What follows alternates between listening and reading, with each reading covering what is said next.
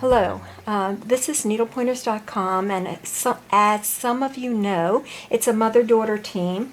Today I'm going to show you how to thread a bobbin. I do it one way and my daughter does it another way to start, so I'm going to show you both ways. One thing you want to do is make sure that you look in your machine's instruction book on how to thread the machine when you are threading the bobbin. For my machine, I put the thread in.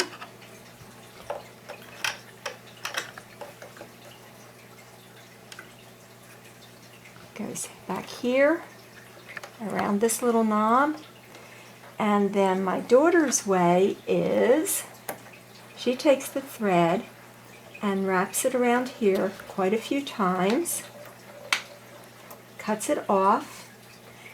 Now on my machine, in order to do the bobbin, you're supposed to push this little button which disengages the needle so the needle won't go up and down. Some machines have it on the side, so check your instruction manual. Then all you do is you start to thread it. Now in the back, see how the thread is really jumping around a lot?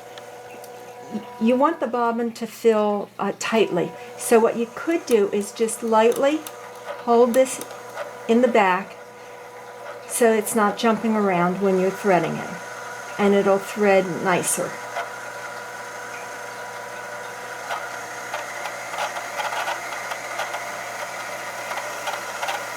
And see, it's automatically going up and down. If it doesn't, you can use your finger to make it do that. But I think by holding it in the back here, that helps. Okay, once it's filled, you're done. Now that was my daughter's way. I was always taught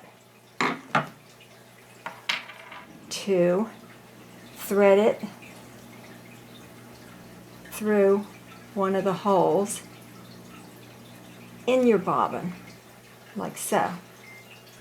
Now I also want to mention that make sure you buy the appropriate bobbins for your machine, okay? And what I do is just hold it until it gets started, and then I cut off that thread, and then I continue. And as I said, you can hold the thread in the back a little bit, not tight, just a little, and you thread your bobbin. I hope you enjoyed this video. Please like, share, and comment. Subscribe to our YouTube channel if you haven't already done so. And visit our website, needlepointers.com, for more sewing information and lots of free sewing projects.